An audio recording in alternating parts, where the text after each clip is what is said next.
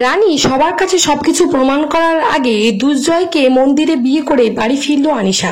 হ্যাঁ বন্ধুরা, এমনটাই দেখতে পাবো আমরা তোমাদের রানী সিরিয়ালের পরবর্তী আপডেটগুলিতে। কাছ থেকে আনিশা জানতে পারে যে একটা কালো রঙের একটা ছেলে ক্যারেক্টার জানে সে আমাদেরকে বেধক্কা মেরেছে। আনিশা তো মনে মনে সন্দেহ করে থাকে যে রানীর আমার ডেড বডি কিন্তু কোথাও খুঁজে পায়নি, আর তাছাড়া রানীও কিন্তু খুব ভালোভাবে ক্যারেক্টার জানতো, তাহলে এটা রানী নয় তো। আনিশার মনে ভীষণভাবে সন্দেহ জাগে।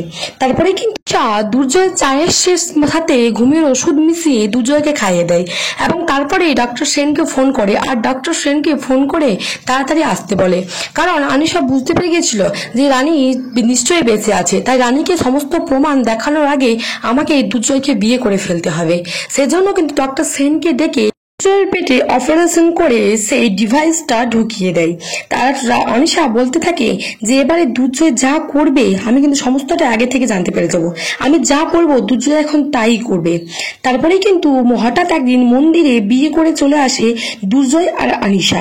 এটা দেখে কিন্তু অবাক হয়ে যায় শুক্লা। রানী তো ভীষণভাবে চমকে ওঠে। তারপরে রানী পিকলুকে ফোন করে বলে যে আমাদের সমস্ত প্রমাণ দেওয়ার আগে আনিশা চালাকি করে কিন্তু বিয়ে করে ফেলেছে দুর্জয়কে।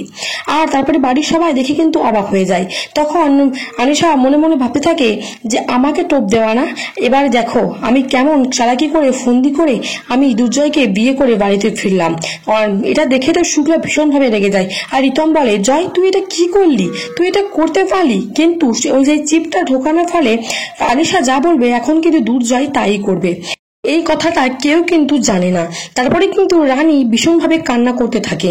তাহলে বন্ধুরা এটা দেখতে পাবো আমরা তোমাদের রানী সিরিয়ালের পরবর্তী আপডেটগুলিতে। রানী কি পারবে সেই দুর্জয়কে আবার আগের মতন করে ফিরিয়ে আনতে, সেই চিপসটা বাই করতে? রানী কি বুঝতে পারবে যে দুর্জয়ের পেটে একটা ডিভাইস ঢোকানো হয়েছে? চলেছে তোমাদের রানী সিরিয়ালের পরবর্তী আপডেটগুলিতে। চ্যানেলটিকে সাবস্ক্রাইব করে পাশে থাকুন, জানিয়ে দাও তোমাদের মতামত। ধন্যবাদ, ভিডিওটা এ পর্যন্তই।